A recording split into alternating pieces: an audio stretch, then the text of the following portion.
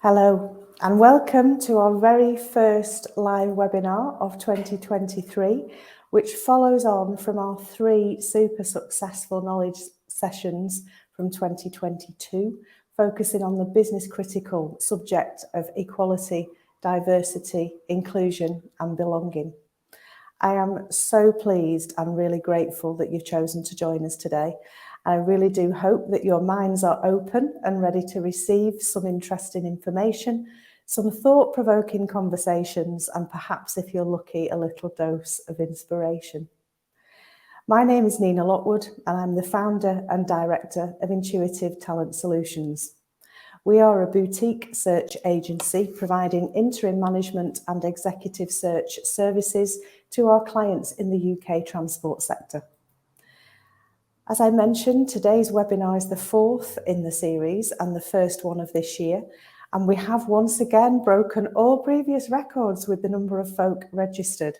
I've just had it hot off the press that we had 130 people registered for today's event, some of whom will join us and some have registered so that they can have the link emailed to them once we've perfected the recording. So thank you so much for your support. Thank you for being here this afternoon, or if you're watching on catch up, thank you for taking the time to do that too. We appreciate it very much. We've been overwhelmed by the positive feedback that we've received from previous sessions, and I am 100% confident that today will provide food for thought and inspiration. Intuitive also hosts the Intuitive Insights podcast series, where I'm lucky enough to be joined by members of the transport family who share their career stories and their own views on the current state of play in the sector. You can find all episodes of the podcast on our website, intuitiverecruitment.com, and you will also find recordings of the previous ED&I webinars there too. So we've had Lorraine Martins, we've had Shireen Mesu, we've had Alex Hines, DDS Dobson-Smith, Anit Chandarana and Gareth Hind, all of whom have added so much richness and depth to this conversation. I'm hugely grateful. Today's conversation will focus on inclusive leadership. Inclusive leadership is a kind of leadership that values team members, invites diverse perspectives, and creates an atmosphere where people feel that their opinions and their contributions improve the company's well-being. Slowly but surely, inclusive leadership is becoming acknowledged as the most appropriate way to lead an organisation into the future world of work. Mindsets are beginning to shift, and today companies have a greater self-awareness around the demographics of who they employ, who they serve, as well as how the diversity and inclusion of employees and ideas can offer a competitive advantage. Today's discussion will focus very much on what inclusive leadership looks like in practice and what it can achieve when it's done well. I am mindful of the fact that it's being increasingly talked about, but what I would like to do with today's webinar is to provide some practical examples of what it actually looks like on a day-to-day basis, and some tools that you might be inspired to take away and use within your own organisation. I'm over the moon to be joined for this important conversation by 2 individuals who bring a wealth of knowledge to this subject. Natalie Penrose is the Head of Legacy at High Speed 2 Limited, and she is responsible for equality, diversity, inclusion, skills, education and employment. Prior to taking on this role in early 2022, Natalie was in leadership roles at HS2 Limited in community and stakeholder engagement, which is another area I'm pleased to say seems to be growing exponentially in this sector. Before joining High Speed 2 in 2018, Natalie worked in senior roles across a wide range of sectors, including health, education, welfare, and public sector audit. She's been leading teams for over 25 years and is passionate about integrity and fairness. Our second speaker today is Jess Bates. In her 13-year whistle-stop career to date, Jess has progressed from a graduate in a rail recruitment firm to a director on the transportation senior leadership team at Atkins. Jess is responsible for the Network Rail regional programmes portfolio and spearheads client relationship management across England and Wales. As a critical friend to the Atkins ED&I and social value strategy, Jess has sculpted a personal brand dedicated to being a voice for change. She is a respected voice for EDI improvement across the industry, both to support raising of standards and to improve attraction of colleagues in underrepresented groups. Jess is on the leadership team for the industry network Rail Unites for Inclusion. She is the Atkins Women in Rail signatory and is an SEND STEM governor through the Governors for Schools social impact programme she developed and scaled to the Atkins UK business with CEO sponsorship, more of which later, I'm sure. So the running order for today, we'll hear Natalie's story first, then Jess will share some of the magic she's been creating at Atkins, before we have a 10-minute comfort break, before coming back into a discussion around inclusive leadership and what it means in practice. Leading into a Q&A where I would encourage you to post any questions you have in the chat, and we will do our best to come to as many of those as possible in the time that we have available. And a quick shout out to Caroline, who will be present in the chat room throughout the webinar and will be making sure that your questions are passed on to me at the appropriate time, as I'm incapable of doing more than one thing at a time. So without further ado, I would like to welcome Natalie Penrose, Head of Legacy for High Speed 2, to today's webinar. Hi, Nina. Hi, Natalie. Thank you for joining us. It's an absolute pleasure to see you. I'm going to hand straight over to you for you to tell us your story and more about the role that you are performing at High Speed 2 and some of the results and achievements that are being made. Brilliant. Thank you, Nina. Thank you for inviting me this afternoon and giving me the opportunity to share our story at HS2. So yeah, I'm Head of Legacy at HS2, and as Nina said, I've got responsibility for EDI, but also skills education and employment across the project. And some of my team work with the client organisation, HS2 Limited, but a great number of my team work out into the supply chain, making sure that we get the outcomes we need through the supply chain. Are we ready to move on to the slides? Thank you. So I'm just going to do a little bit of background about the project. I'm aware that some of you on the call will be very familiar with HS2, but a lot of you might be new to what we're seeking to achieve. So HS2 is basically building a new high-speed railway in the UK. And you've got a map there on the screen in front of you, and you can see where we're building. And I'll just give you sort of a sense of scale of the project, because that kind of grounds what I want to talk about today. So currently we're in main works construction between London, down at the bottom there, up to Birmingham. Main works construction is well underway. We've got 5 tunnel boring machines in the ground, tunnelling away as I speak. And we're also building 4 stations, 1 in Euston, 1 in Old Oak Common, and then 2 in Birmingham, Birmingham Interchange and Birmingham Curzon. We're also in enabling works from Birmingham to Crewe. We call that phase 2A of the project, and we're seeking permission through the hybrid bill to go from Crewe to Manchester. All of the colours that you see on the right-hand side of the map are under further government consideration in terms of what they want to build through Northern Powerhouse Rail and High Speed 2 phase 2B, as we call it. So I share that map really to give you that sense of scale. We're covering a huge geography, and we've currently got around 30,000 people working on the project. So the scale really brings us opportunity. It brings us opportunity to do something different in the industry.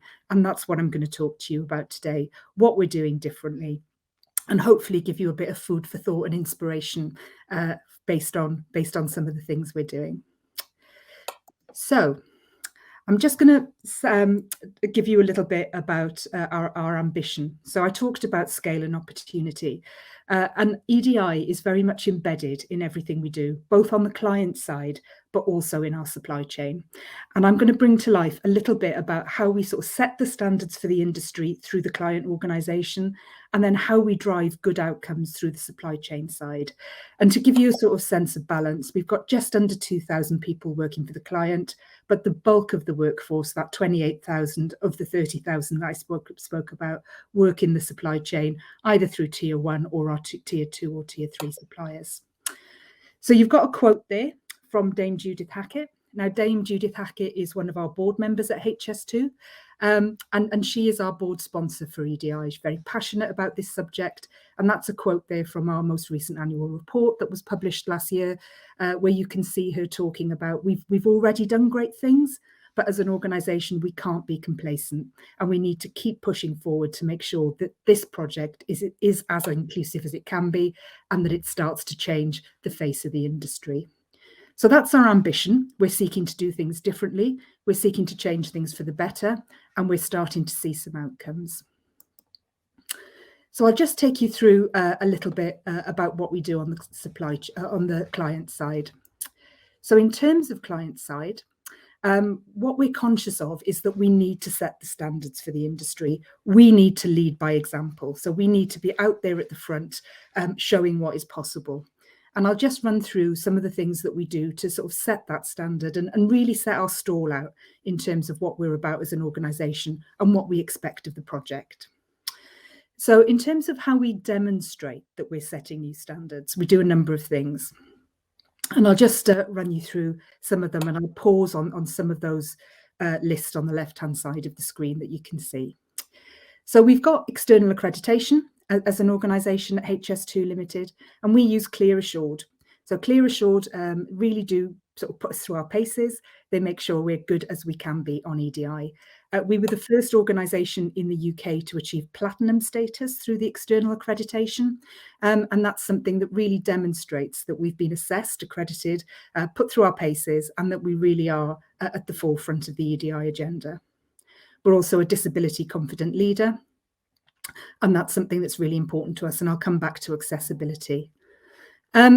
In terms of inclusive leadership, one of the things that I just wanted to pause on was the reverse mentoring programme that we have. It's very important to us that our leaders are inclusive, that our staff can see this coming from the top, that they can see their leaders understanding representation, why it's important, and why it's important to drive a culture where people feel comfortable. Reverse mentoring is one of the ways that we do that in terms of bringing our leadership team closer to our staff. So every year, all of our SLT members, every single one of them, has a reverse mentor, and people can volunteer to be a reverse mentor. And what we ask them to do is work with their SLT member to really bring to life some of the feedback we receive through our staff survey results, for example, some of the feedback we get through our staff networks and our workplace forum. So some of the things that our staff fed back are fairly typical that you see in many organisations, but things like authenticity of communication, things like visibility of SLT. And the reverse mentoring programme really helps our SLT members understand the perspective of our staff. And it's also an opportunity for our staff to talk directly to SLT members and say, this is what you can do better. This is what I'd like to see from you. And that's been going for 4 years. We're about to kick it off again in May, but it's a really practical tip of how you can really sort of empower your workforce to talk to the senior leadership team about what inclusive, authentic leadership really looks like to them. Another practical thing we do that really does have outcomes is around representation. And we have corporate targets. So we have top tier corporate KPIs at HS2 Limited, which are about representation in our workforce. So we have targets where we're seeking to increase female representation and ethnic minority representation in our workforce. So our corporate KPIs are, we're seeking to achieve 40% female representation and 23% ethnic minority representation. And that's significantly above industry averages that you see in construction, infrastructure and engineering. So that's a way that we're seeking to really push the boundaries and really lead from the front in this area. In terms of how we're performing, they have been aspirational targets.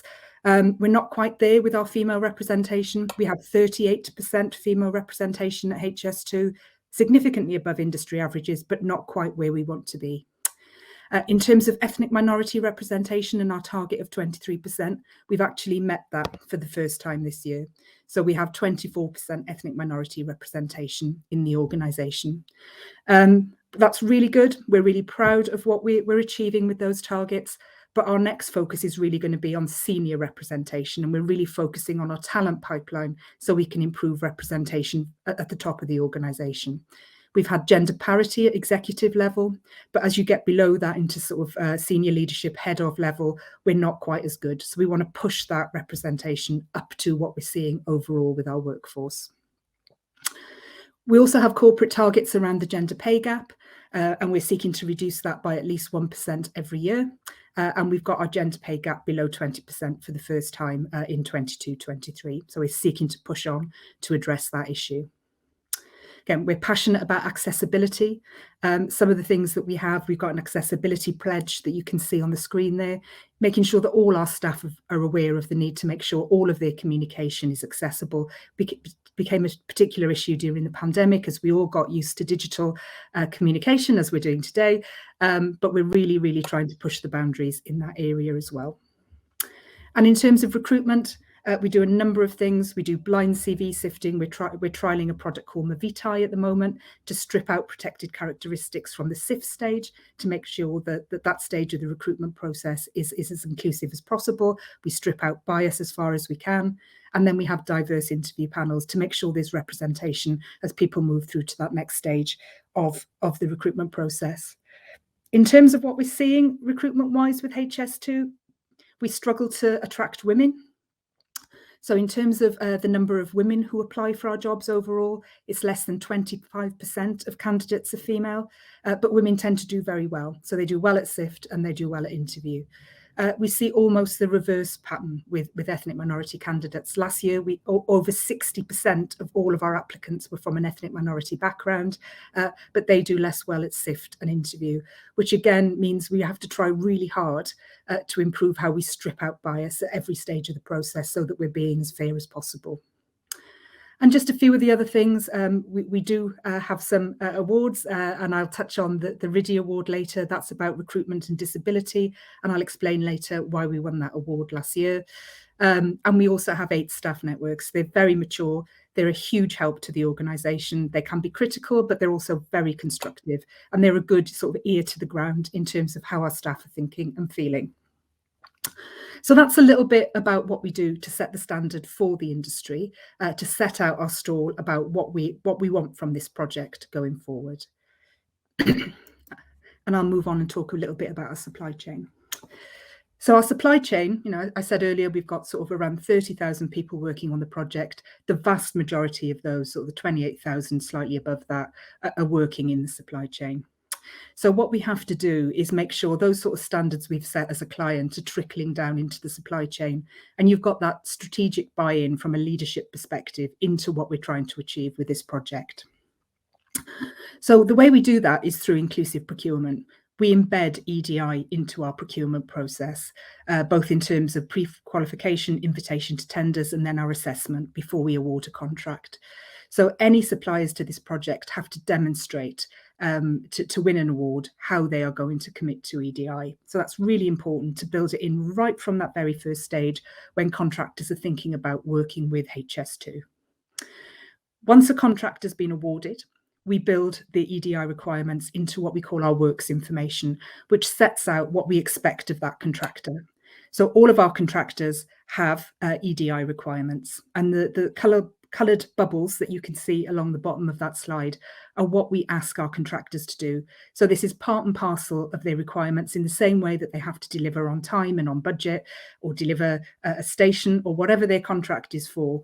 They have to have these deliverables built into what they're doing. So we ask for things like a policy and training. We ask them to get an external verification and accreditation in the same way that we have as the client. We ask them to do workforce diversity monitoring, and there are also requirements around inclusive design and health and safety. And that's really important. A lot of our supply chain are genuinely passionate about this subject, but building it into contract means it's part and parcel of what they do. It's just what they have to deliver. And that is a bit of a game changer in this industry. Just to touch on the sort of supply chain workforce diversity monitoring in the green bubble, I talked about HS2 Limited sort of corporate targets on KPIs and where we are with workforce diversity. Our supply chain are doing really well in this space. So our supply chain, obviously, mainly are very close to construction, a different sort of makeup to HS2 Limited as the client. But again, we're seeing outcomes far above industry averages. So currently, our supply chain workforce is 30% female and 20% ethnic minority background. So again, much higher than what you traditionally see in infrastructure, construction and engineering. In terms of sharing good practice, we have something called a contractor forum where we bring our suppliers together, where we can talk to them about new initiatives and priorities, but more importantly, they can share good practice between them. And we're about to publish our next ED&I annual report this summer. So it'll be out sort of July, August, and that will feature a raft of case studies and stats from our supply chain, just sharing what they do to make ED&I and inclusive leadership real out on the project where the majority of the action is happening.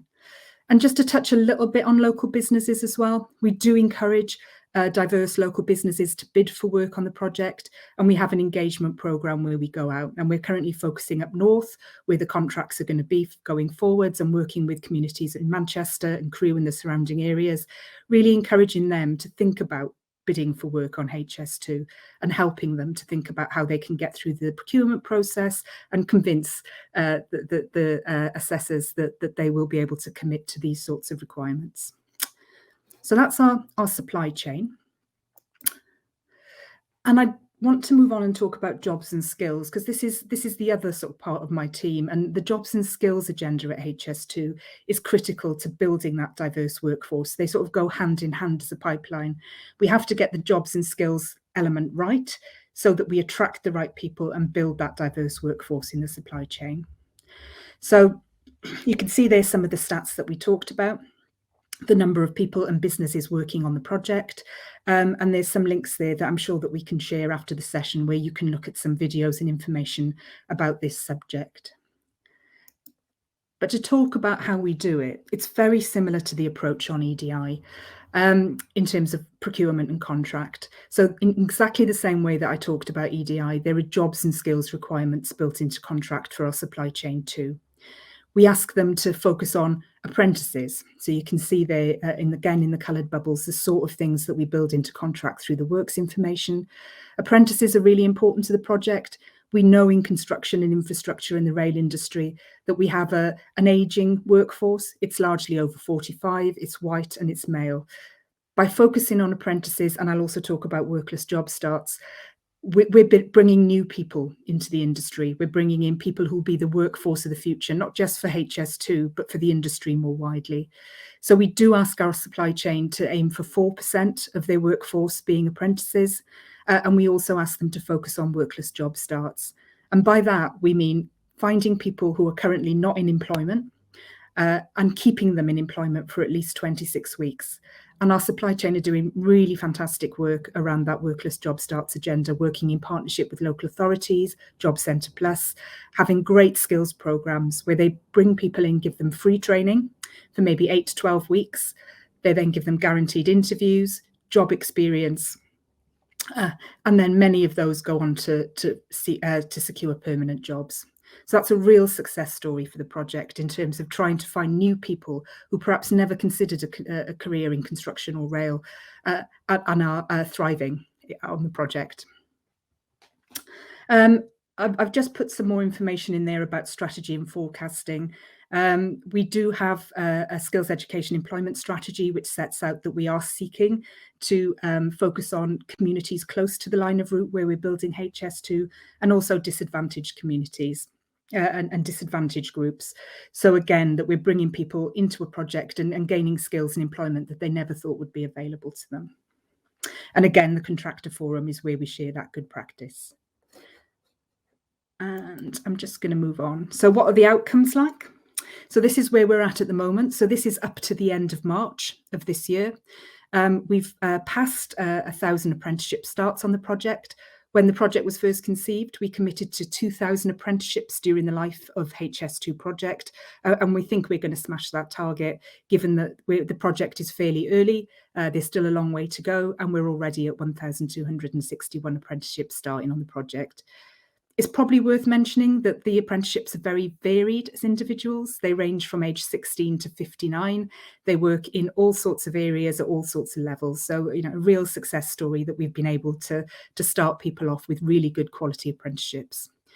And the workless job starts, 3,221 people have found work on the project and stayed in work for at least 26 weeks. And it's not just that they're getting work, they're getting skills, and hopefully will have careers and jobs for life in an industry that desperately needs people with these sorts of skills.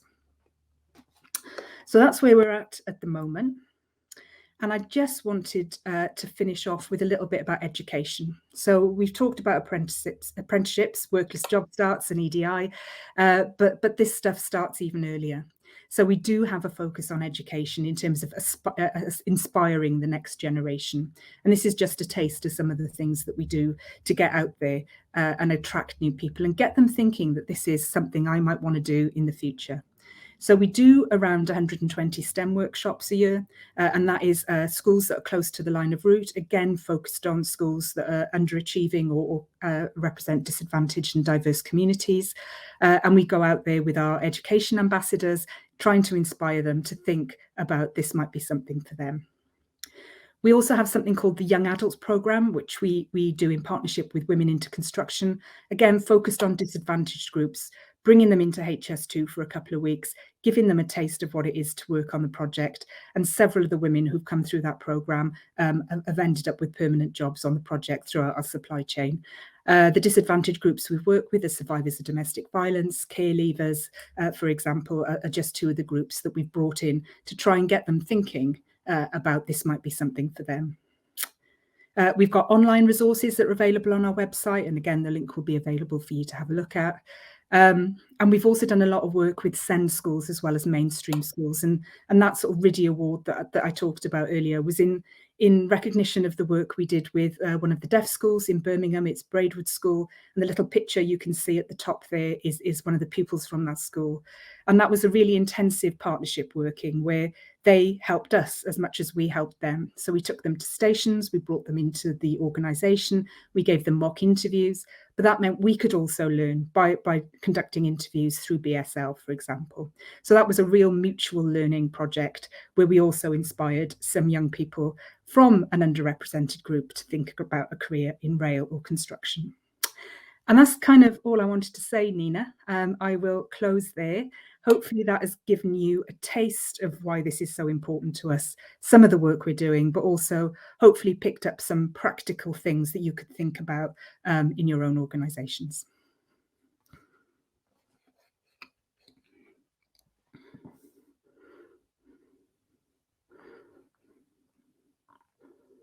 I might, there we go.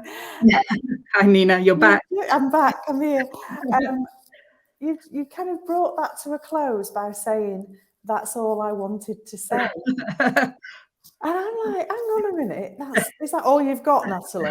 I mean, that is incredible, absolutely incredible. So obviously I met you first after I'd seen you on a speaker panel at the Accelerate Rail conference in March. And you'd shared some of this information as part of that session.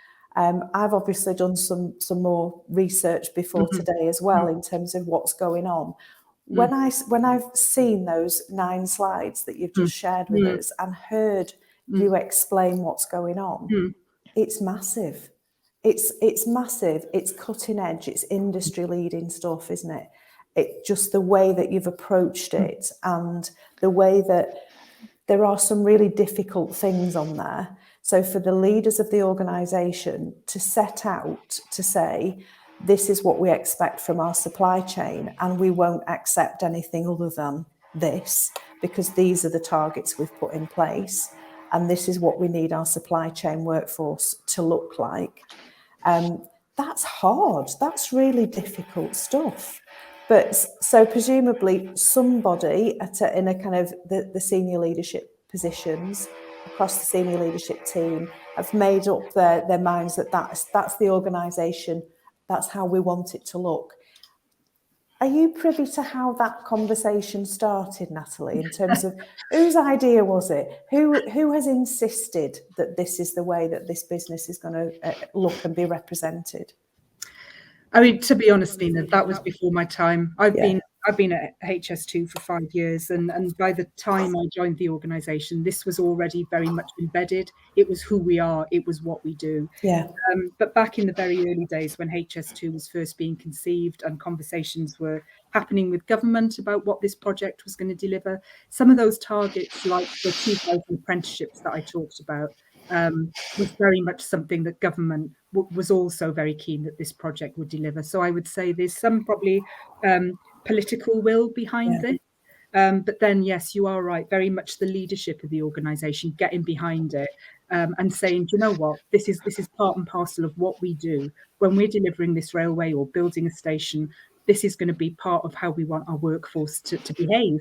So it's very much in the inclusive leadership space that this session is all about. And you know, what I've seen, yes, this is in contract, and obviously, you know, that's what makes it happen. It's in contract, it's budgeted for. There are teams that focus on skills education employment. There are teams that focus on ED&I. But what is really encouraging, when I go out and meet those teams, they are so passionate. So just to give you an example, one of our biggest main works contractors is Balfour Beatty Vinci. They cover the sort of West Midlands patch from sort of South Warwickshire up to Birmingham. And I went to one of their sort of all staff events just a couple of months ago, and just how ED&I and apprenticeships and workless job starts featured in all of the things that they said that day. It wasn't just about health and safety or the bridge push or the tunnel. It was very much about, we are so proud to have the workforce diversity that we've got. Amazing. You know, really, really showcasing some of the good work that they're doing. So yeah, I'd say this has become part and parcel of the culture and DNA in our supply chain. So yeah, it started with procurement, it started with contract, but now it's real. Yeah, it feels a bit like it's not so much this is what we do, it's more this is who we are. Yeah, and how we do it. And that is kind of, and the how, it's the who and the how. And that it's super impressive. I know that there are a number of organisations that I've come across in the industry that do reverse mentoring. I don't think that many of them would say that every single member of their senior leadership team have a reverse mentor. I don't think that would happen. Can you give us a bit more on that, Natalie, in terms of, do people, how does that selection process work? Do I go and find somebody? Do they come and find me? Do we get any guidance or training, or is there a kind of best practice in terms of what a reverse mentoring relationship looks like and how often we meet, for example?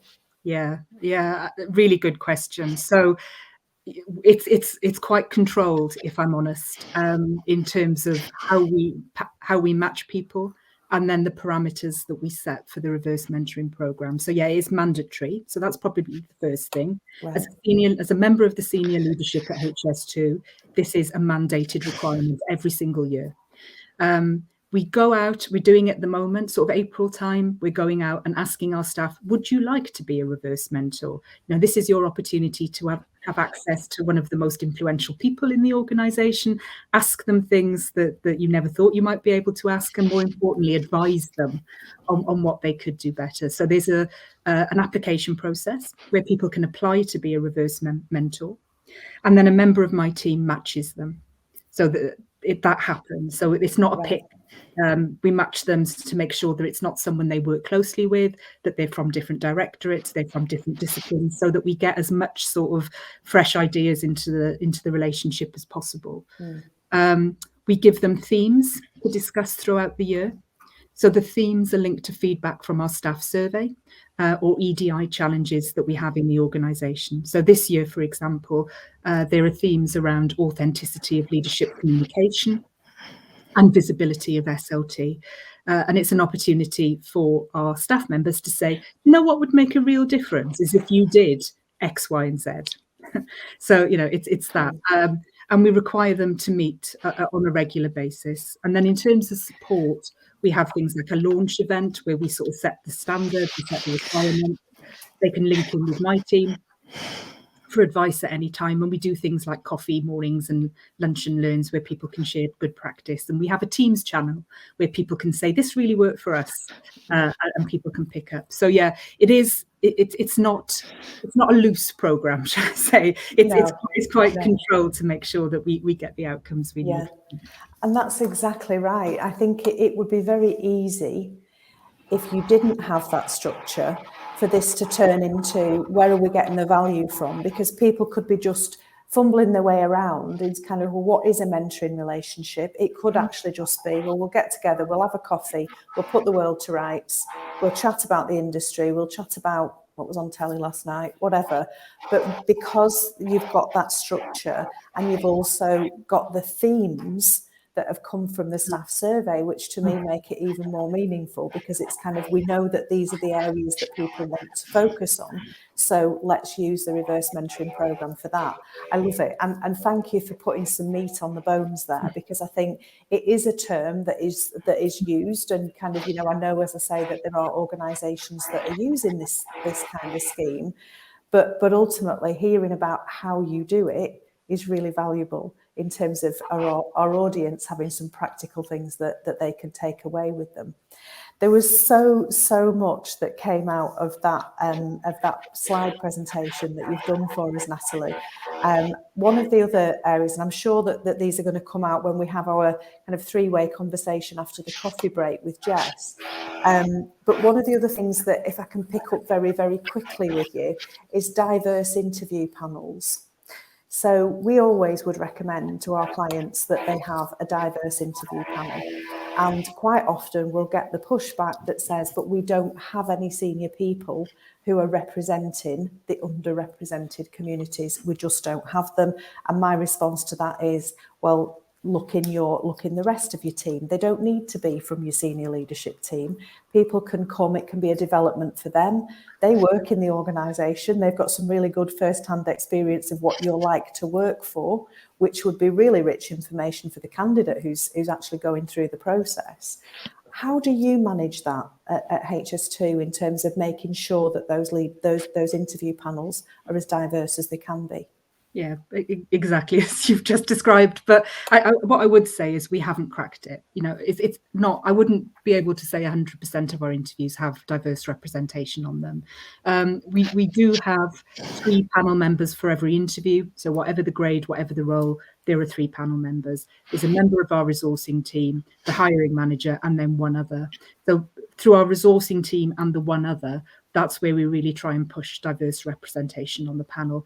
We did exactly what you said, Nina, a few years ago, because even though we have good workforce diversity overall, the more senior you get in the organisation, it does become more white and more male, particularly at sort of head of function level, and in technical roles, that's sort of particularly the case. So for those roles in particular, we've said you've got to go out. You can't just recruit from within your own team and directorate. You have to seek diverse representation from other directorates where we do see more diversity and more representation. So in my own function and my previous function in community engagement and comms and HR, you do have a more diverse workforce who are very skilled at interviewing. So draw on them. Yeah. We did also train more junior members of the organisation and encouraged hiring managers to seek them out as well. And the resourcing team do that. So, and it's a great, development opportunity for some of our more junior staff to get that interviewing experience and again make links with more senior, more technical people in the organisation. But I'd say that's a harder one. That the amount of people that we've needed to recruit over the past few years as the project has gained pace has meant recruitment has been sort of constant for us. So, getting it right 100% of the time, we're not there, but we're not bad. Yes, I think I would say that you are significantly ahead of the curve in terms of the rest of the industry, in my experience anyway. There are many other things that I want to touch on, but I'm going to leave our conversation there. I've written myself a few notes of things to come back to when we have our further discussion after the coffee break. But for now, I'm going to say a massive thank you, Natalie. You've done a fantastic job of starting off the webinar today, giving us the really great detail in terms of what's happening and the results that you've that you're getting from that, and absolutely game-changing things that you're doing there in terms of the world of construction and moving into kind of the railway actually becoming a live entity at some point in the future when we're using it, and it being a real kind of showcase for what you can achieve when you really focus on getting a diverse workforce. And yeah, just brilliant, absolutely brilliant. Everything you've said is just inspiring me, no end. So thank you so much for now. I'm going to hand over to Jess. So Jess, Director at Atkins, going to share some information with us in terms of your career story and your role within Atkins and some of your passion around the subject of equality, diversity and inclusion. Over to you, Jess. Lovely, thank you, Nina. And I'm not quite sure how I'm gonna follow that wonderfully structured walkthrough that Natalie presented there. I think mine's rather a little bit more ad lib, so hopefully the impact will be the same. Natalie spoke there around the importance of embedding procedural and policy and target-driven infrastructure across a business to really set the bar and manage expectations for what good ED&I should look like and how we should strive for that.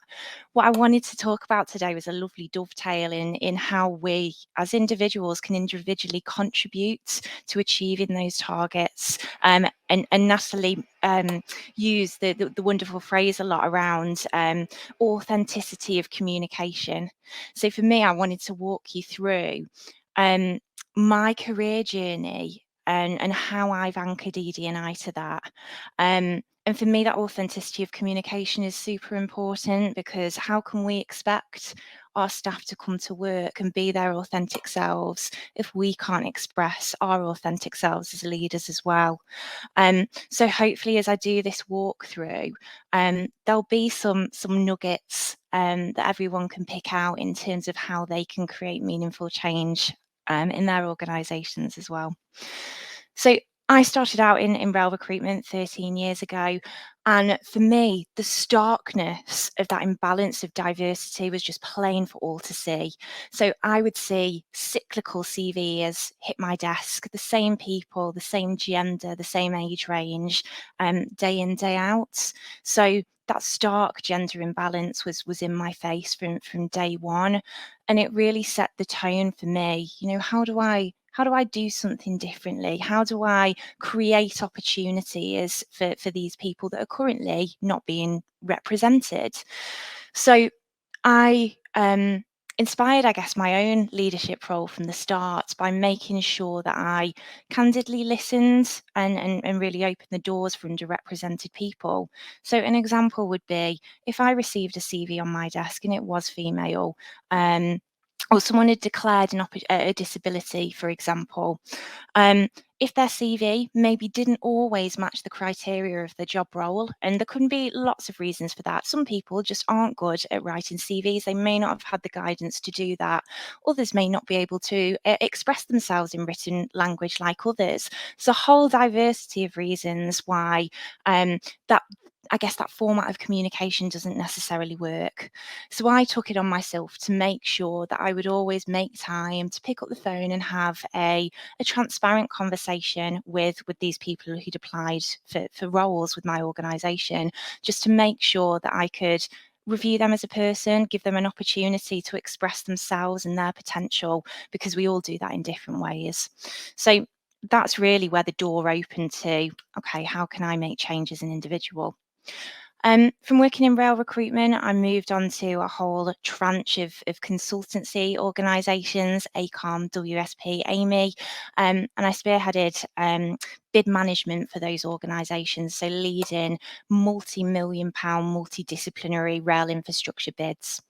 And ultimately, I ended up working very similarly to HS2 at the Transpennine Route Upgrade, which was an alliance organisation made up of a multitude of design and build organisations across the sector. And like HS2, TRU, if you're now seeing the adverts on telly, it has a huge, significant external profile. And when I joined, the organisation was starting out, it was mobilising. There was a blank sheet of paper for what the culture and what the atmosphere would look like.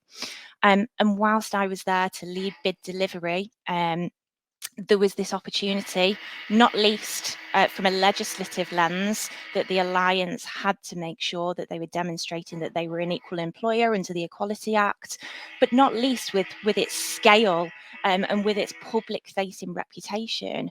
There was this fantastic opportunity to coalesce people, to mobilise employee networks, to create an ED&I strategy.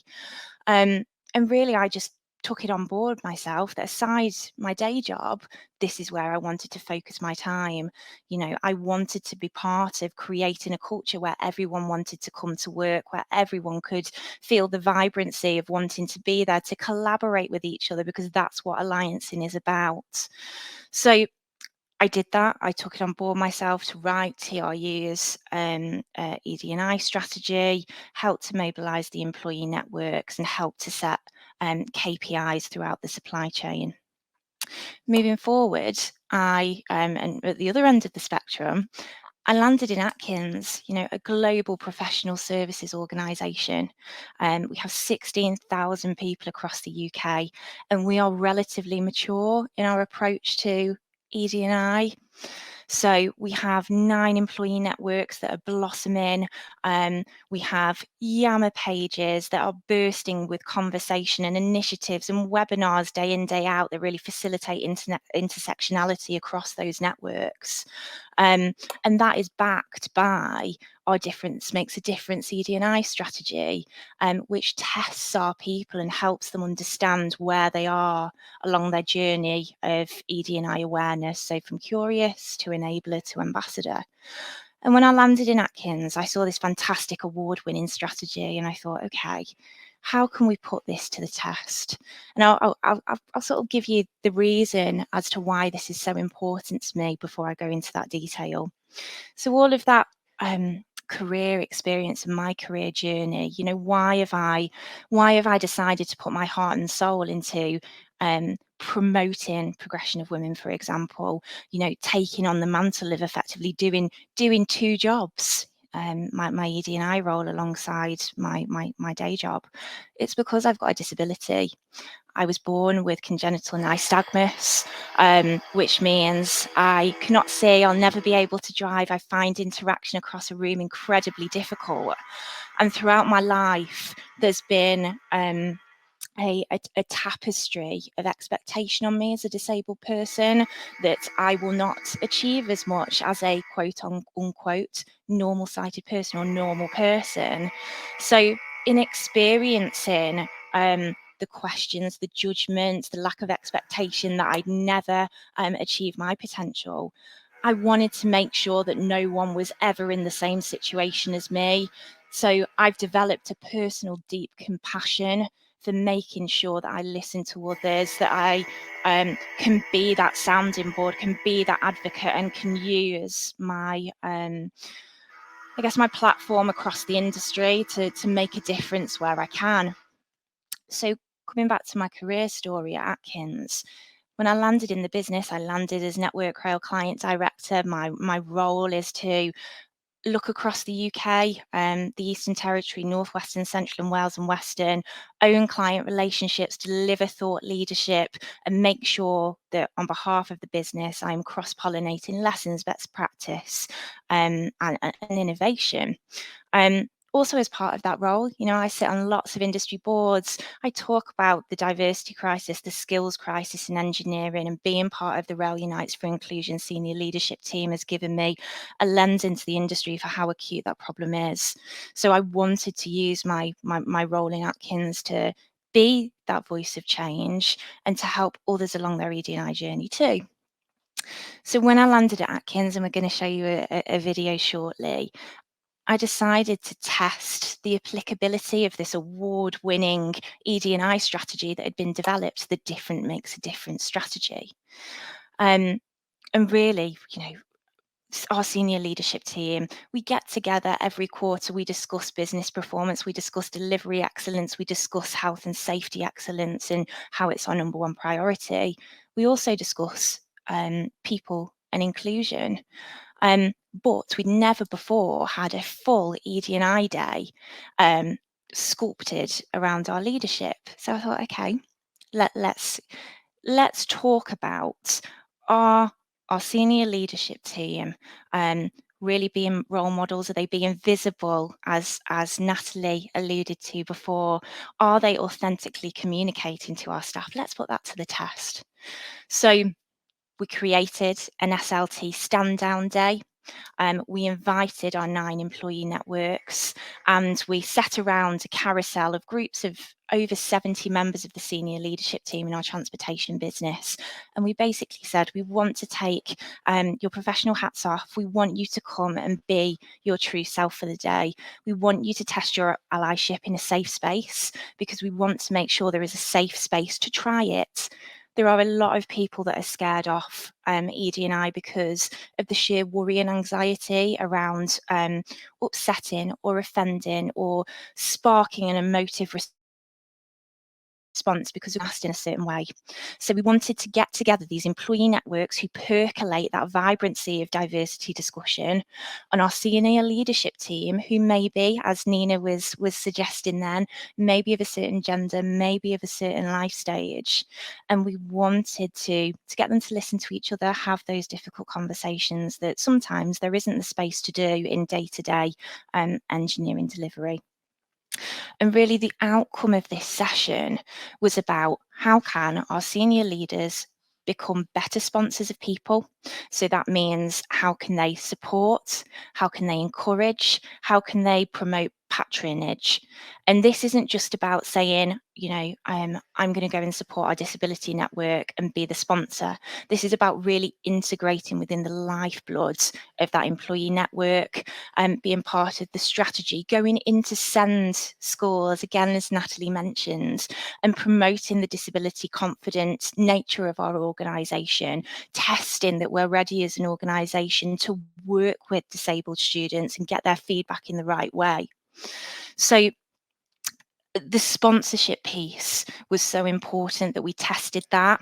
And if some of the senior leadership team didn't feel comfortable, or they didn't feel that they had the tools or the understanding of how to apply that sponsorship, as a result of this day, we hope to give them, or at least insights into the meaningful discussions from the networks of how to do that.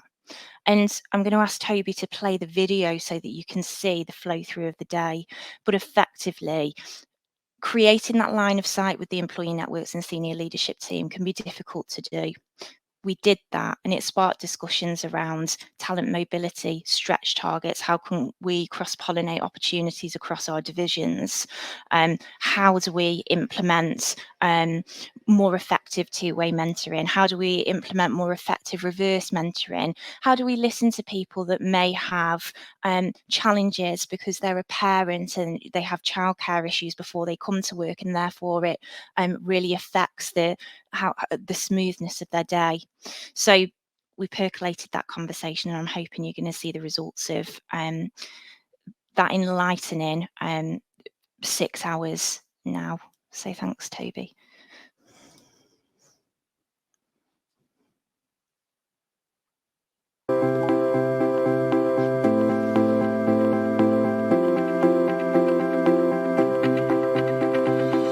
The purpose of today's event is to create a psychologically safe environment which will be attended by both our employee networks from across the business and our senior leadership team, in which we're trying to create a culture of caring whereby our people's needs and life experience, their barriers to progression are understood, and how we can really come together as a community of people in Atkins to be more accessible leaders, to be role models, and to be advocates for change. I'm hoping that the SLT will use this as a learning experience to test their understanding and curiosity around equality, diversity and inclusion, and how they can really make sure that they are moving towards the next step in their ambassador journey. I'm hoping the SLT will get an understanding of all the different networks, the lived experiences, because for the SLT, they may have an affinity to particular networks, but there are other networks they haven't been involved in. So really understanding the lived experience and what we can do as an SLT to create an inclusive culture where everybody can thrive. My expectation today is that I get some time out to reflect, some time out to listen, and some time out to engage with colleagues about what their experiences are. When we look at what people's experiences are, when we hear them, then we can act on it, and we can make sure that as leaders that we're taking the time to make the environment the best it possibly can be for everybody's lived experience. I'd like to see how people getting on with the questions and how our network is going to present their life experience, and also the presentations, and hear people asking questions from the bottom of their heart. Be present, be curious, go understand. This is about taking action, doing things differently as a result of the sessions we're having today.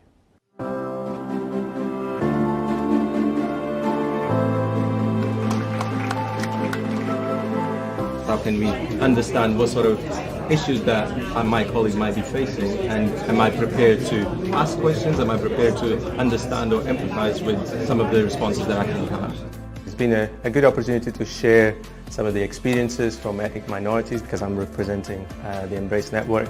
Having everyone try to understand what the impact certain experiences or certain backgrounds can have in the way that we interact on a day-to-day basis in the office, or the way that sometimes may create some level of anxiety in terms of integrating within the team or bringing your best self in the things that you're doing. It's proving to be a really great session for us as a team. It's different. There's lots of things that we're going through, lots of people to talk to that have got amazing stories and that really make it real. Before they come into work, they're having to deal with some of these issues. I come into work, I'm focusing on work. Other people can't do that.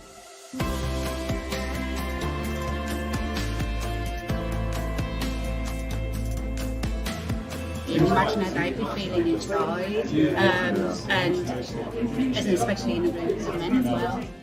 You've always got something to learn, and I think circling around the tables and speaking quite frankly and openly with a range of our colleagues, you really get to understand a lot of the issues that they face on a day-to-day basis. You know you've got to go to pick up the kids or whatever, and you feel like the meeting's not going to end. And then that embarrassment of saying, I've just got to go. We've had a lot of challenging conversations, but also some really interesting and insightful conversations. Conversations haven't just been driven from the network, but also from the SLT. I think they've actually really engaged with the material. It actually has been a really, really good day.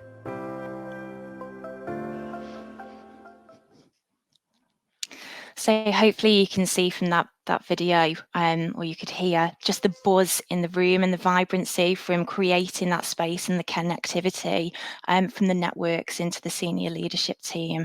And I think my message is that we all have a shadow to cast. We all have the ability to listen, and it does not take much time out of our busy days to create this atmosphere of human nature, and to make people feel comforted, to make them feel validated. And what's the result of that? Well, the result is that we create, a fantastic, vibrant place where people want to come to work, where they can apply their best selves. And ultimately, that does drive great business performance in the same way that delivery excellence does in putting steel in the ground. Finally, I'll just touch upon a really pertinent point that Natalie talked around, which again coincides with we all have huge shadows to cast back into our teams, and how do we create personal leadership skills. In Atkins, we've generated an industry first programme called the Governors for Schools programme, in recognition of the acute diversity and skills challenges across the sector. And what our pledge is under CEO sponsorship is to provide 44 STEM and careers linked governors across 4 underrepresented school pillars. And those pillars are girls' schools, because of the gender imbalance in the industry, which was all too stark for me when I started out in rail recruitment. Schools in areas of high deprivation, where we'd like to raise aspirations of local communities and where there tends to be multicultural societies that surround those schools. We want to support special educational needs and disabilities settings to provide a line of sight into engineering. And we also want to support primary schools to ensure that every child has the right start out in life and that they are privy to technical and careers conversations in the same way that high school children are.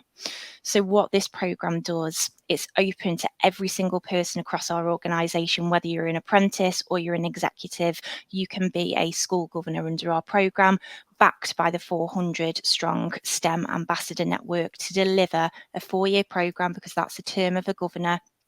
A 4-year programme of curriculum enrichment, which brings to the fore the capability of the Atkins business. Now, the reason that I'm talking about this, not just with the framing of the skills and diversity gap and trying to bring through that talent pipeline from those underrepresented schools through those school pillars, but it's also about giving everyone that chance to cast a shadow, operate at board level, receive the training in leadership and management, project management, coordination of teams, development of strategy. So we've now got that target. We were going to place 44 by summer 24. We've got 41 already, and we're 14 months ahead of schedule. Wow. Half of those people are apprentices and graduates. So again, this is a really fundamental and meaningful programme which not only dovetails and connects underrepresentedness, community wellbeing, social value application, but also it's a tapestry of learning and development, talent retention and mobility, and personal leadership development. Yeah. So, wow. That was absolutely incredible, that run through of what's going on, Jess. The run through from your own perspective in relation to being. So you've mentioned a few things that have taken me to this heading, this kind of headline that I've circled on my piece of paper that says personal responsibility. Absolutely. And that for me, and that this expression that you've used about we've all got a shadow to cast. It's our shadow, it's our responsibility to do it. And, you know, we all go through our careers and go through our lives and, you know, working life, and are in situations where we see that there's an expectation for the leader of the organisation. So if the chairperson is doing it, or the chief exec is doing it, or the managing director's doing it, I can't do it. I'm just little me doing my job. I'm just a small cog in a big wheel, etc., etc. All of these other things that we could say. But actually what it comes down to is that personal responsibility. And a friend of mine that I saw at the weekend, spent some time with at the weekend, just turned around in context of a conversation that a group of us were having. And she said, if you're not changing it, you're choosing it. So yep. I'm going to attribute that to Jane Montague, because it was Monts that shared that with us at the weekend. But if you're not changing it, you're choosing it. Mm-hmm. And for me, what you've demonstrated so beautifully in that presentation to our audience is that personal responsibility. That's what matters. You don't just want to sit there and say, well, it's not very good, is it? I know, you know, woe is us because we're not doing very well as an industry. There's so many tangible differences that you're making because you've seen the opportunity where you can do it. And if you haven't seen it, you've made it. So you've made that opportunity. And I think, Nina, it's so important for us all to recognise that diversity is a fact. We're all different. We all have different perspectives on life, different experiences, come from different socioeconomic backgrounds, different levels of education, different protected groups. But inclusion is a choice, and it's down to every single one of us to make sure that those around us feel comfortable in their own skin.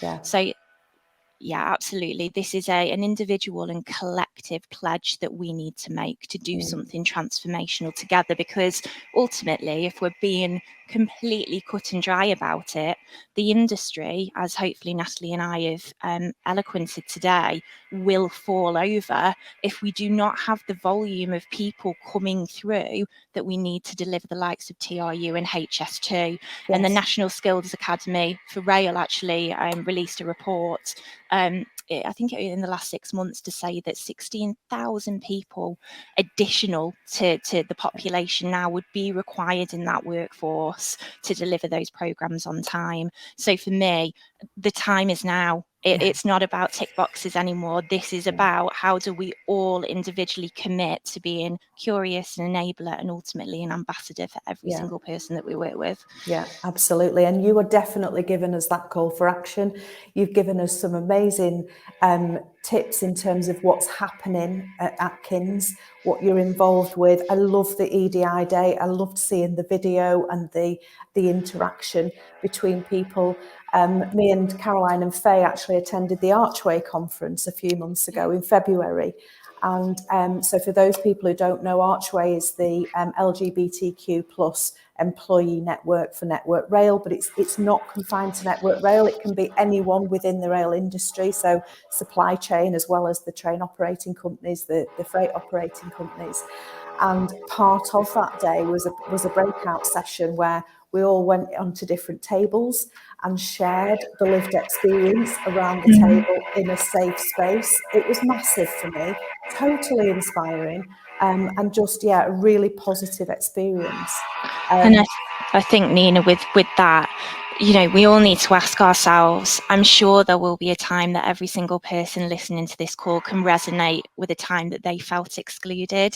Yeah. So even if they're not living that exclusion at the moment, they will have by, for example, not being invited to a party when they were a child, or like me, if I can't see something in the distance and, I feel too scared to put my hand up, then I'm being excluded from that situation. Yeah. So another reason why it's so important for us all just to listen to everyone around us. Absolutely.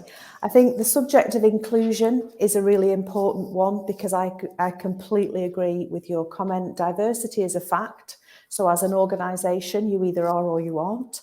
And we've heard some brilliant statistics from Natalie earlier in terms of the progress that's being made on the actual numbers. In terms of, into the percentage of female, the percentage of ethnic minority people, percentage of people with a disability. But actually what I'd love to go on to when we come back from the coffee break to kind of really hone in on our subject area of inclusive leadership is, how do you take that from diversity, from bringing people in from underrepresented communities and having a truly diverse workforce?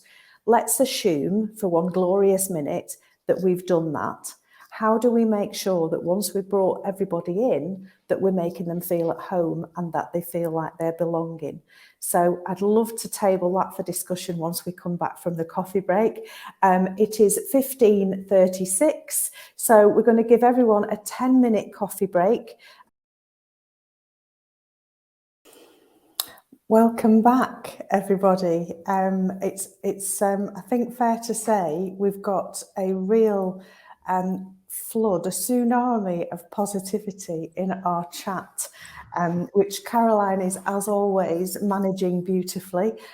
So thank you to Caroline for that. But thank you to each and every one of you that's taken the time to put your thoughts and share your feedback in the chat. It's been brilliant so far, so keep them coming, because we love to hear from it. And so we came off, just to share with you, when we all came off screen, and I've got Toby from our marketing partner sitting right next to me in case anything technically happens that I can't cope with, which would be anything, quite honestly.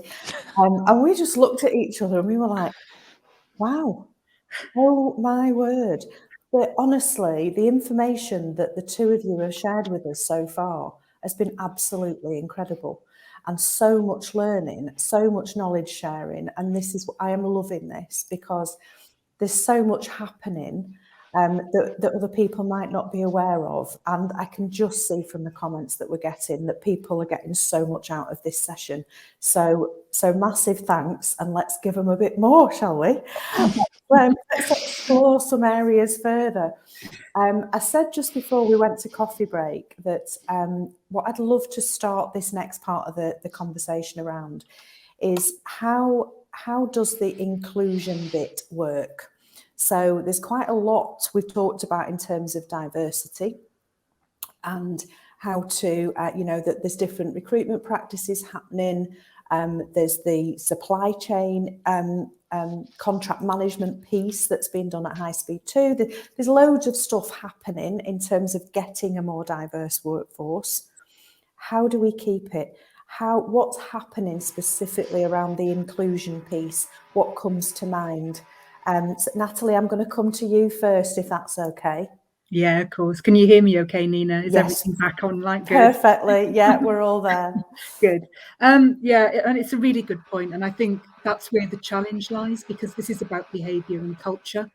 And that is a much harder thing to make authentic and real and to drive change through. So, I mean, I'd probably talk to you a little bit about flesh out some of the things that we do as a client to really bring this to life. So I think for me, I'd start with the top of the organisation, to be honest, and it chimes with the question you asked me, Nina, about where was all this born from? Who had the original sort of idea and the spark? And you know, certainly for us at the moment, our chief executive absolutely leads from the front. This is something he is very passionate about. He will talk about it as part and parcel of his updates about the project. It is just what we do. It is part of our DNA. So he is a brilliant champion, and I think having that figurehead at the top of the organisation who will stand up and talk about how important this is critical. And he's also the sponsor of one of our staff networks, and all of our staff networks have an exec sponsor. So again, it's sort of driving home that our exec team are serious about this. They will stand up, they will front it up, and they will talk about it. I think it's having airtime and giving this credibility. So we have sort of regular senior leadership meetings at HS2, and our exec have their meetings, and I'm given airtime to go and talk about what we're doing well, but also what our challenges are and what we need from them as inclusive leaders to drive forward and change. So we do have challenges. I talked about some of our recruitment challenges.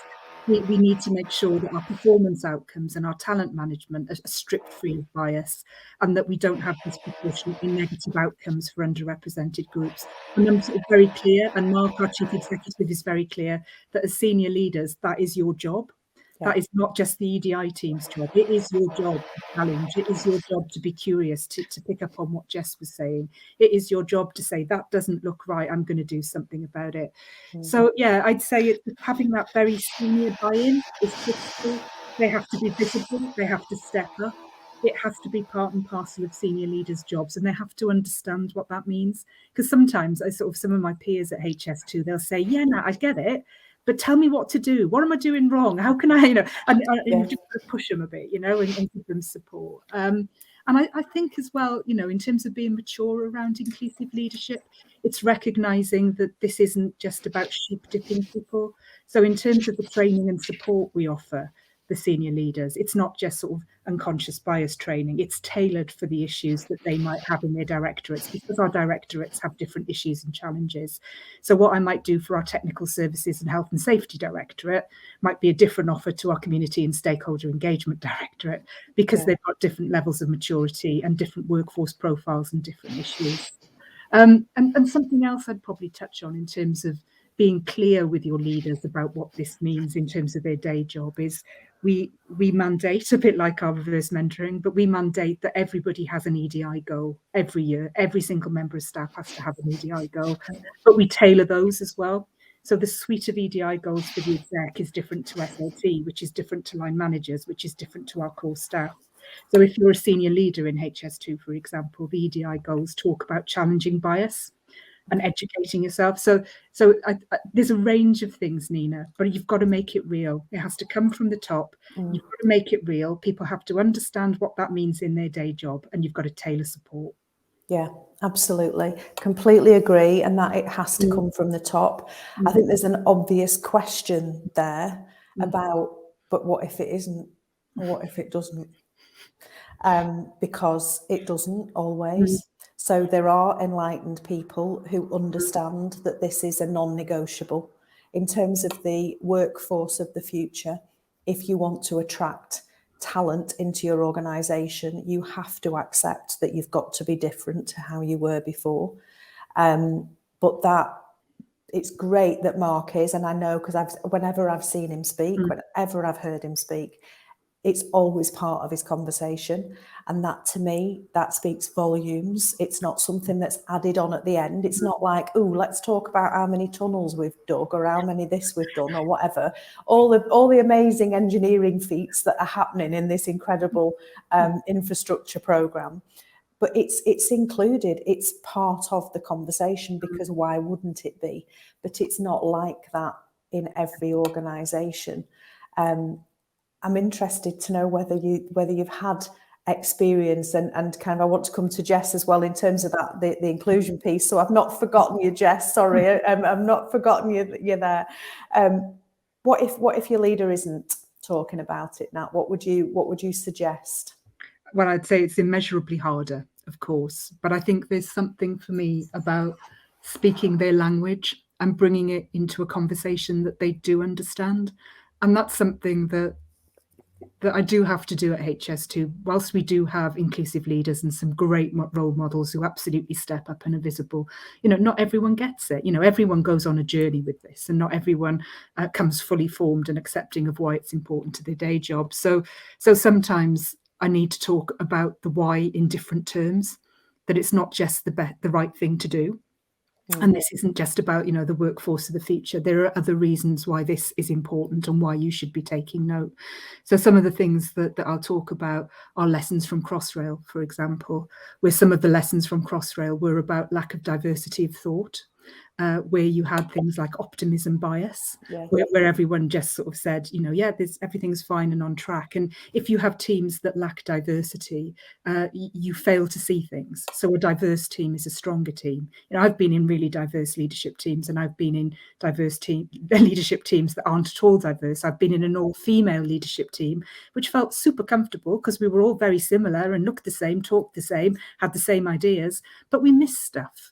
Because we saw the same risks, we missed the same risks. We saw the same solutions, we missed opportunities because of that. So I talked to them about why we will be better at delivery if we have more diversity of thought and people around the table taking decisions. So I think, there are some tools you can use just to bring people along the journey, just by speaking their language. And similarly around health and safety, obviously a massive priority for the project. It's one of our core values, but there is a link between inclusion and health and safety.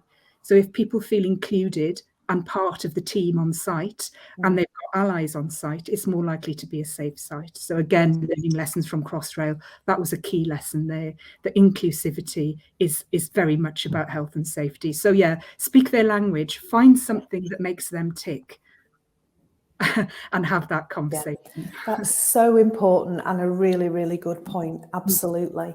That kind of, there are different ways of helping people to understand.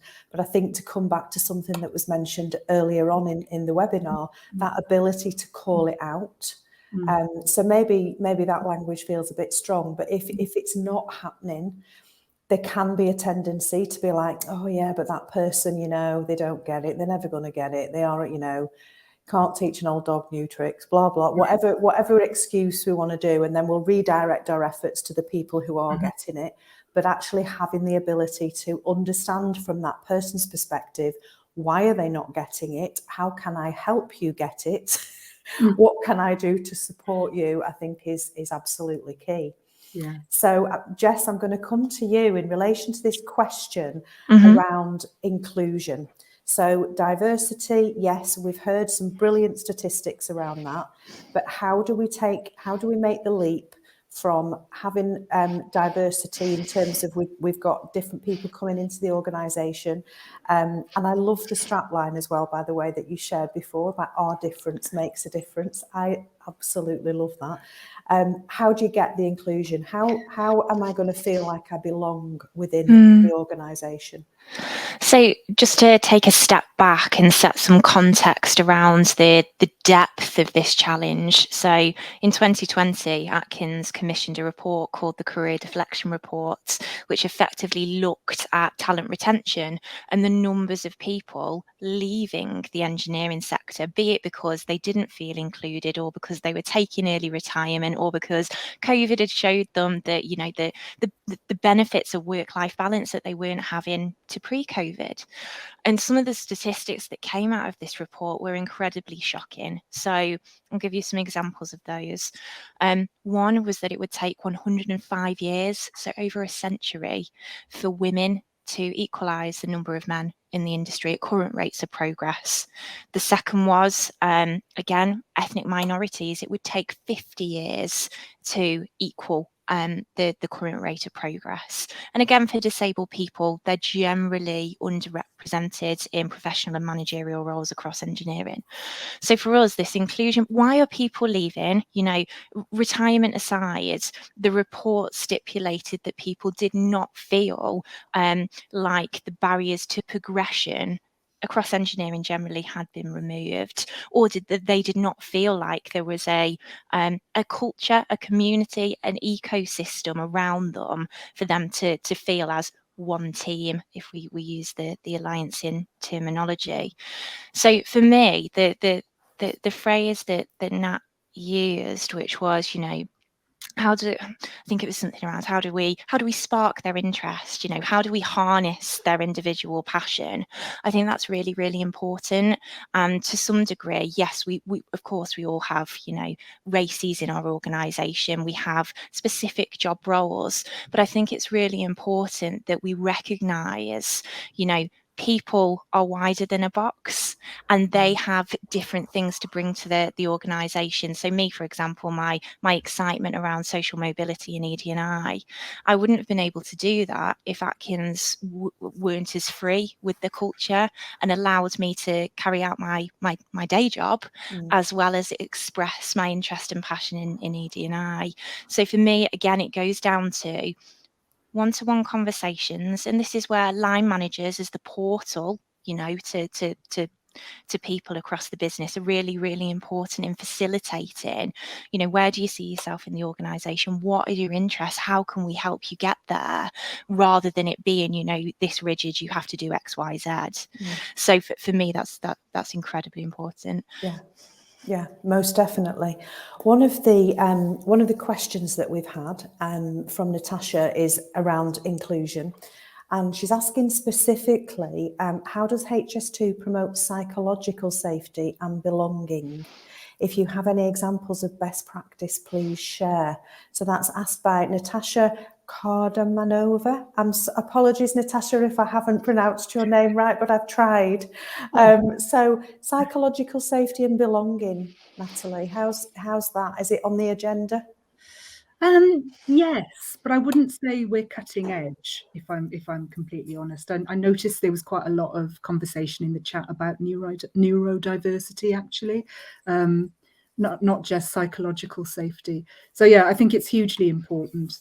And we might not call it psychological safety and sort of put a badge on it in that way, but I sort of touched on the sort of health and safety point earlier, that's where we do make the link, that if people feel safe at work, whether they're working in an office or whether they're working on site, it's often because they feel included as part of their team. They feel seen, they feel recognised, they know they can be themselves, they know they've got allies if they've got a question that they need to ask that perhaps they haven't understood a toolbox talk on site, for example, for whatever reason. So we absolutely do make that link between sort of all types of safety, psychological included, and people's ability to feel safe at work and included at work. And I think there's probably a whole webinar in that in itself, to be honest, Nina. I think there is. Yeah, and certainly on the supply chain side, we've done a lot of work with our supply chain to help them see that link between inclusion and safety. And they've done some great work, and there's some great case studies of how people have embraced allyship to make sure that people do feel included and safe. So yeah, I think that's a whole area to mine, to be honest. And on the neurodiversity side, which I know there's been a lot of chat about, one of the things we've started to look at is we have a difference between the number of staff who declare themselves as disabled, which is very, very low. It's about 4% self-declare. But when we look at the number of people who require adjustments at work, almost 35% of our staff have asked for adjustments for whatever reason, which tells us something about people's comfort declaring disability. but it also tells us something about we have a large number of staff who have some form of accessibility issue. So what we've done is we've looked at the adjustments that we're making, and are they for physical reasons, or are they for some reason that is connected to neurodiversity? And the vast majority of them are to do with some form of neurodiversity. So again, I think there's sort of something rich there to explore as part of these webinars, and it's certainly something that we'll be looking at and prioritising, because we recognise that's a substantial part of our workforce that perhaps isn't recognised when you just look at our disability identification, which, as I say, is low, and I think is masking quite how diverse our staff are, which is clearly quite significant. Yeah, absolutely. It's a really good point.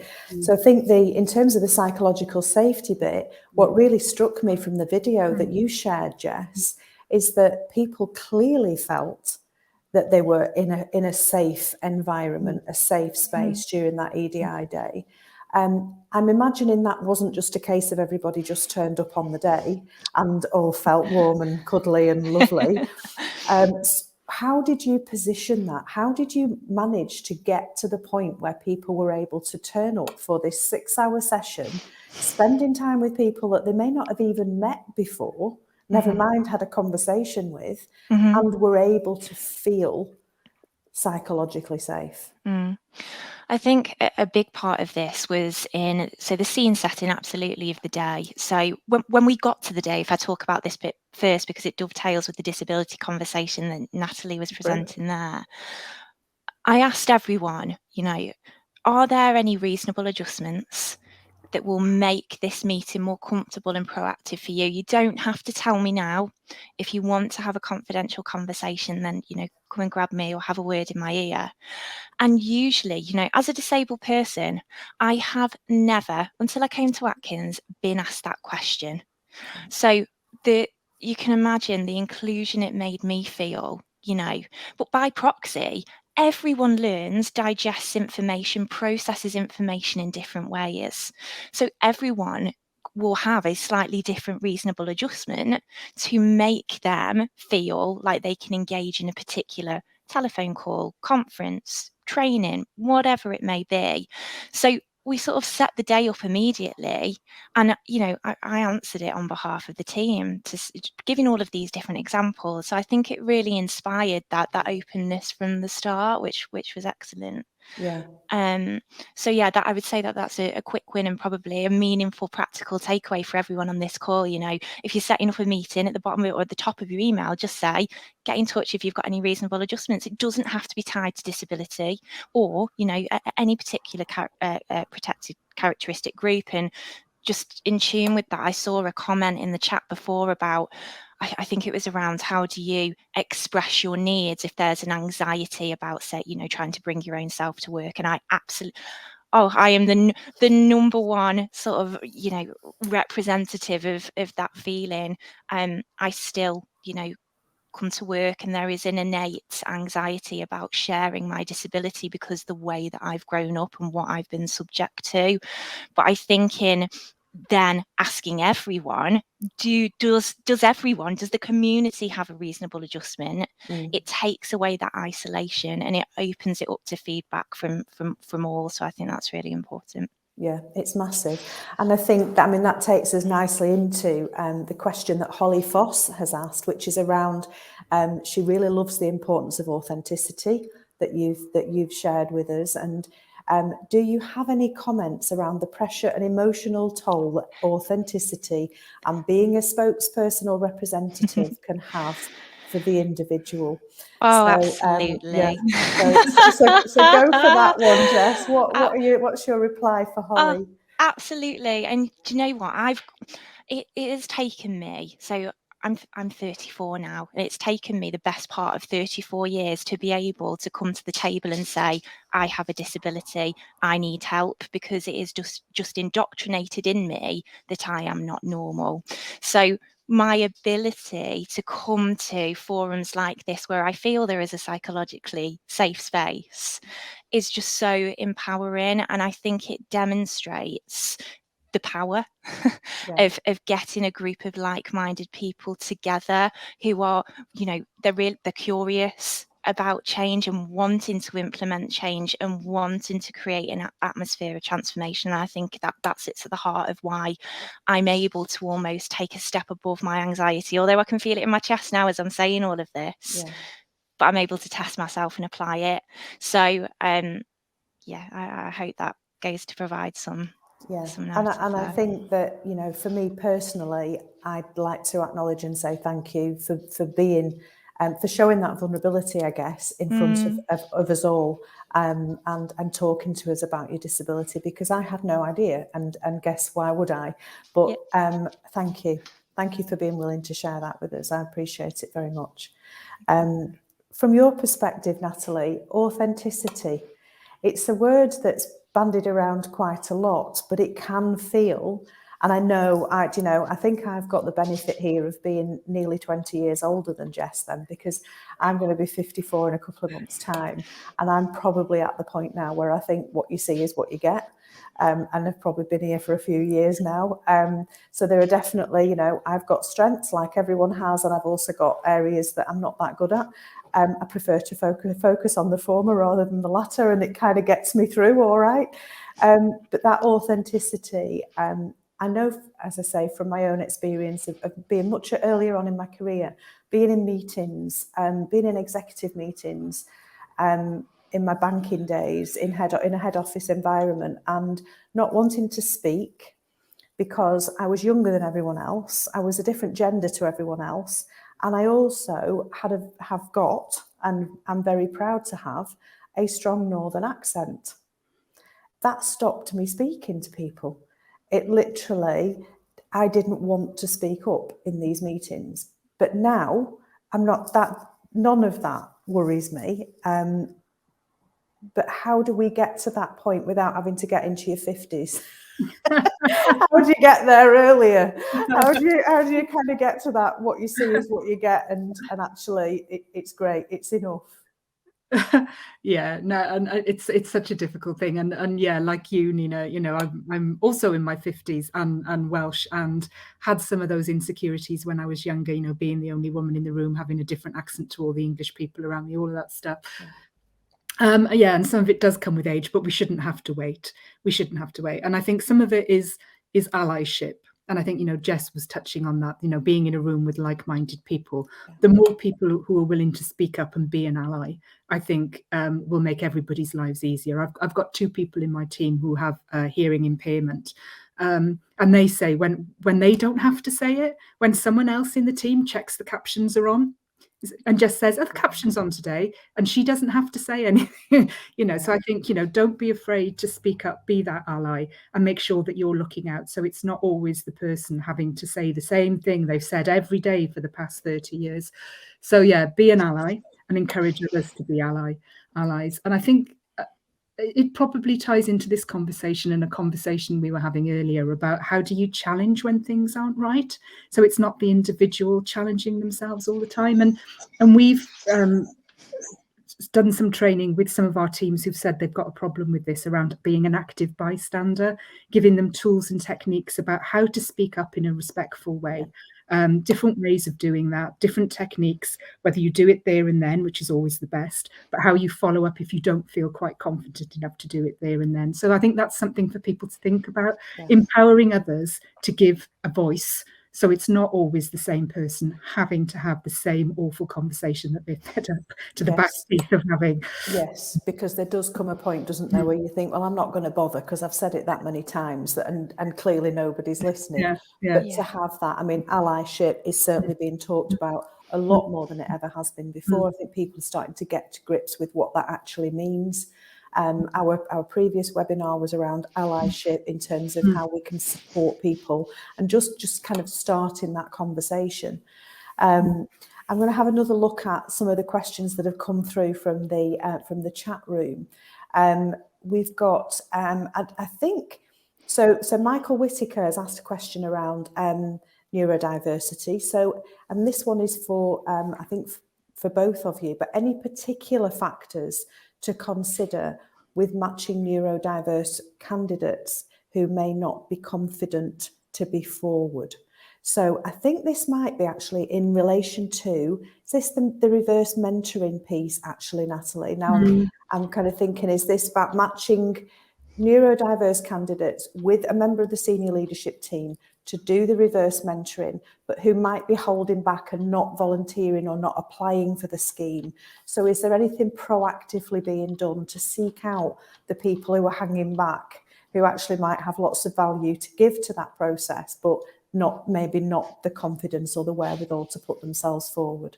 Yeah, it's a really good question.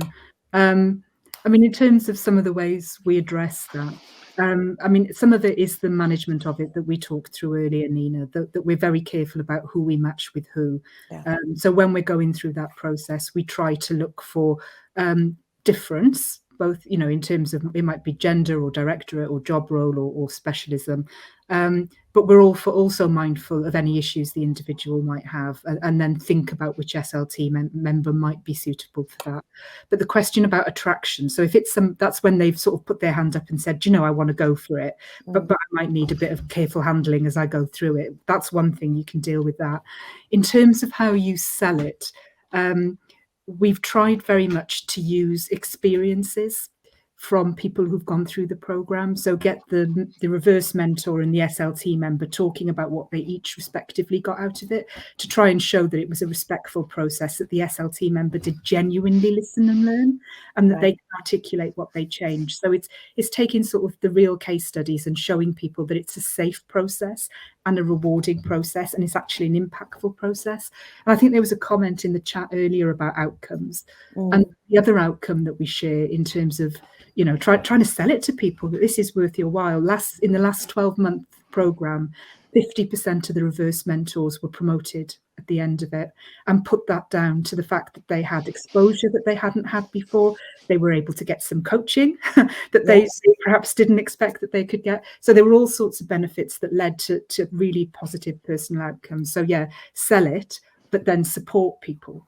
Support people genuinely, so that they feel they're going to get the right SLT member and they've got somewhere to go if it's not working out. And we have had very few, but occasionally the relationship hasn't worked. But we've got the support in case around that, so that the reverse mentor can say, "Can I have a swap, or can I come back next year?" And then deal with whatever the issue was. Yeah, and from the SLT's perspective. And that's brilliant. I mean, those statistics there in terms of people going on to their next role and putting that down to that whole process of development. From the SLT's perspective, what do they get out of it? How do they feel? I mean, just to use sort of one example that we've used to sort of attract people into this year's programme, it was just that completely different way of thinking. And the SLT member actually sort of provided us with a quote saying, it got to the point where he'd seek out the views of his reverse mentor, even outside of the formal sessions. So if he had some communication to do to his team that might have been quite difficult, he'd ring her up and say, "This is what I'm thinking of doing. Do you think that's going to land? What would you advise me as a staff member?" Which is great, you know, amazing. That sort of interaction with it, actively seeking out that sort of feedback on, you know, is this going to land? Or am I going to sound completely out of touch? Yeah, which is brilliant. Love it. Point. Yeah, definitely love it. So Jess, from your perspective, in the reverse mentoring piece, have you ever been involved with that? Do Atkins have anything similar? Yeah, Atkins have 3 mentoring schemes. So the Women in Rail, which is a cross-industry, cross-pollination of mentoring relationships.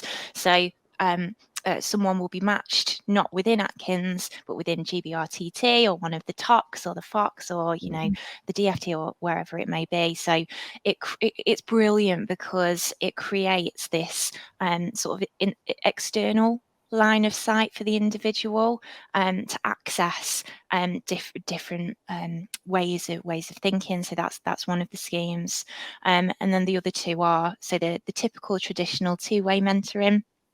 Which can be done either from the more senior individual to the more junior individual, or vice versa, and then group mentoring as well. So that focuses around how can we collaborate, you know, what does collectivity look like in generating team spirit? How do I function, you know, with my personality and characteristics and my red, yellow, blue or green brain to get the best outcome for the team? So yeah, really three very, very different but very impactful programs. Yeah, and it, you know, again, incredibly rewarding to be part of these mentorship schemes, because, you know, for me, it's never one way, is it? You get this opportunity, the gift of feedback. You know, how can I, as a senior leader, and Natalie touched on this before, how can I do more to be accountable? Where am I not demonstrating my own personal or Atkins values? Where am I not applying the different makes a difference strategy?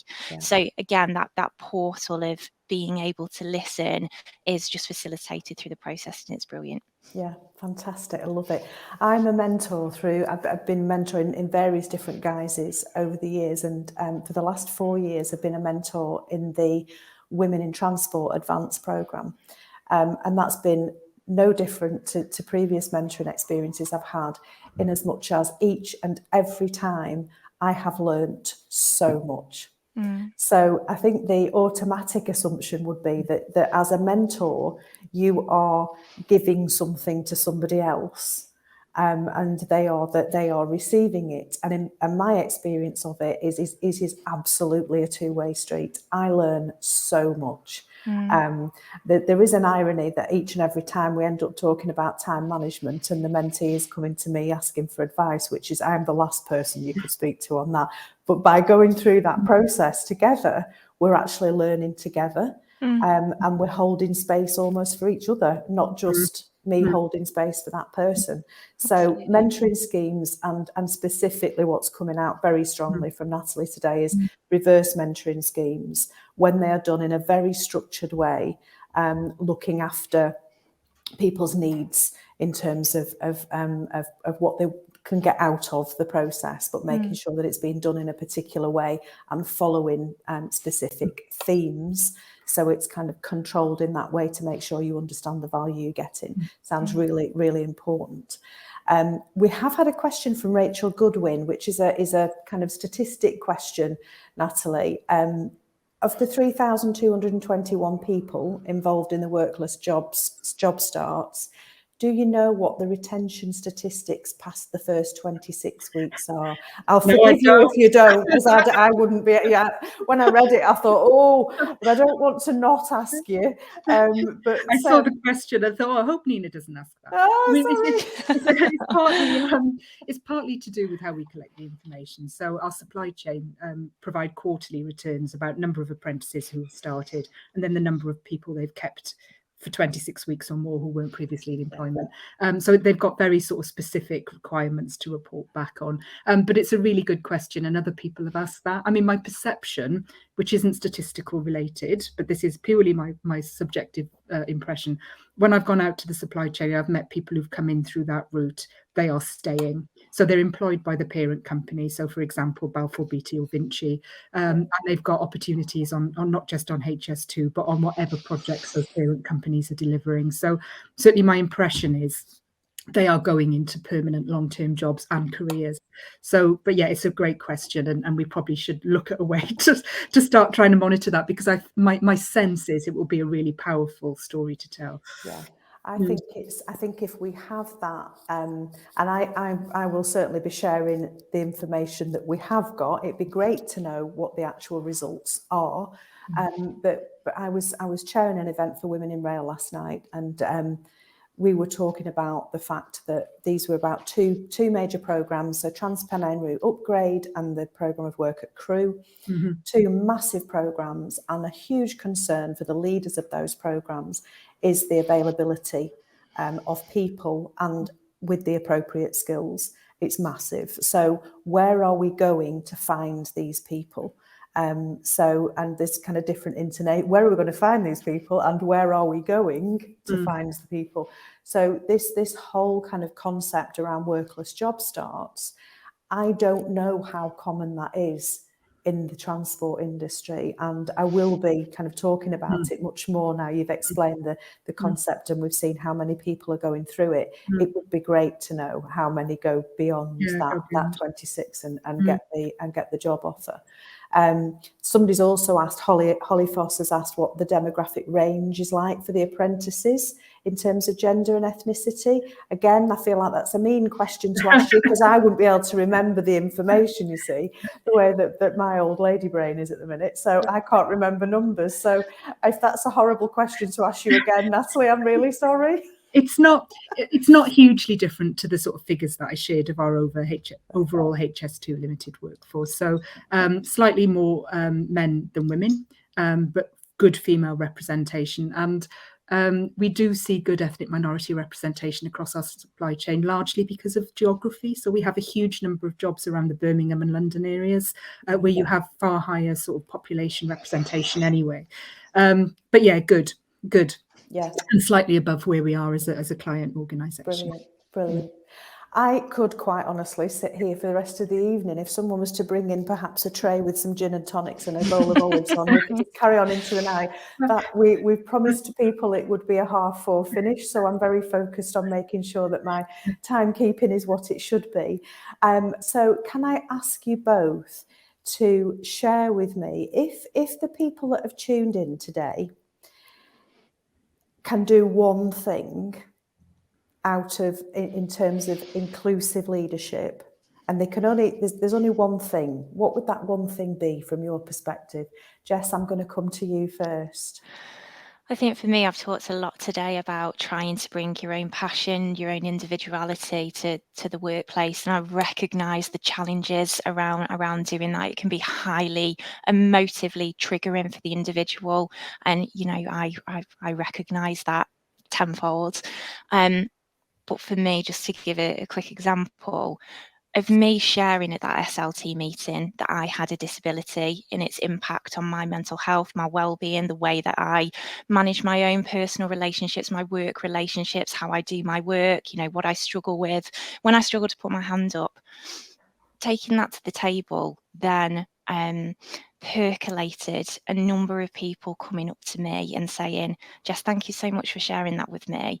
I've got a hearing impairment and I've sat in meetings before and I've not been able to hear what the speakers said. And, even back in COVID, when there's been masks on the faces and it's even more difficult and I feel so socially excluded.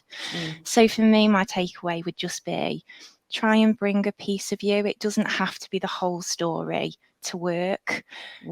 But the sentiment is it will inspire someone else that's been struggling in the same way to come forward and feel connected to you, feel like you are their advocate, you are their role model, and that you can support them through their difficult times too.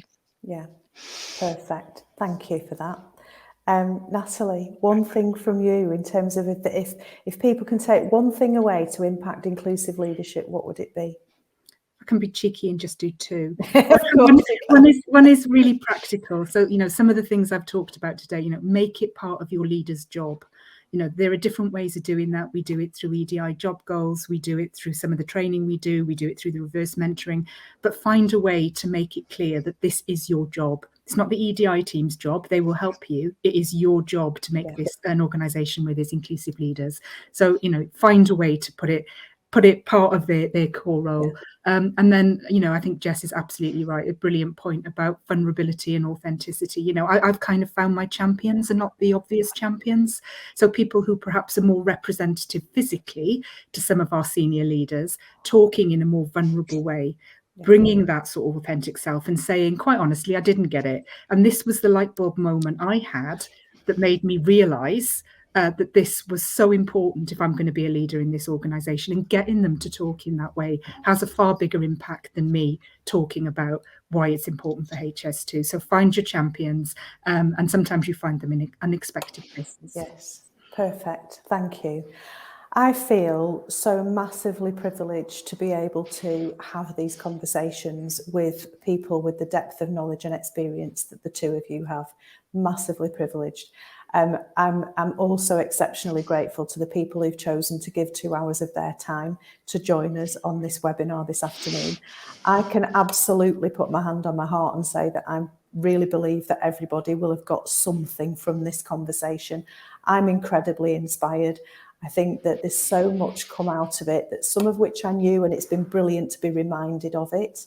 Some of which I kind of knew at some level, but haven't thought about it for a while. And I think that bit around personal responsibility, and actually we can't make anybody else do anything. We can help them, we can guide them, we can support them. But the person that we have got complete control over is ourselves. So what are we doing in a tiny way or in a big way to move this conversation forward? Because we cannot wait 105 years to get equality for females, for example. So your comments have been so insightful. Your presentations have been amazing.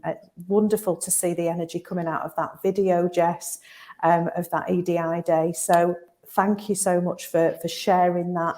And Natalie, the statistics that you shared with us in your slides, again, just brilliant. So a massive, huge thank you from me to both of you on behalf of myself and my business and the audience. We would love people to share what their takeaways are. If you are on LinkedIn, if you're on any kind of social media, we would love you to talk about what you've learned today, because we want it to grow legs. We want this conversation to grow legs. Not everyone has been able to join us today. We want as many people as possible to hear this conversation and to hear these ideas. So please do share on your social media channels, tag us in, tag the webinar in. We've got Natalie and Jess who are both on LinkedIn as well. So please do that. Watch out for the next dates. We've got another webinar happening in July. And I think there's been so much talked about today on employee networks. I'm actually reading a book on this at the minute. So staff networks, the incredible power of staff networks. There's more and more of them happening. I think it'd be great to start sharing some information about how you do that, because they're clearly very powerful. We've heard from both of you today in relation to that. So there'll be 2 more webinars happening July and November this year, so keep your eye out for that. We have recorded the sessions today, as I mentioned earlier, so you'll be getting the link to that. Please do send the link on to your friends, to your colleagues, to whoever you think might be interested, and encourage them to tune in and hear what our 2 fantastic speakers have had to say. And unbelievably for me, big tick in the box, big achievement. It's 16:29, and I'm saying thank you to you all.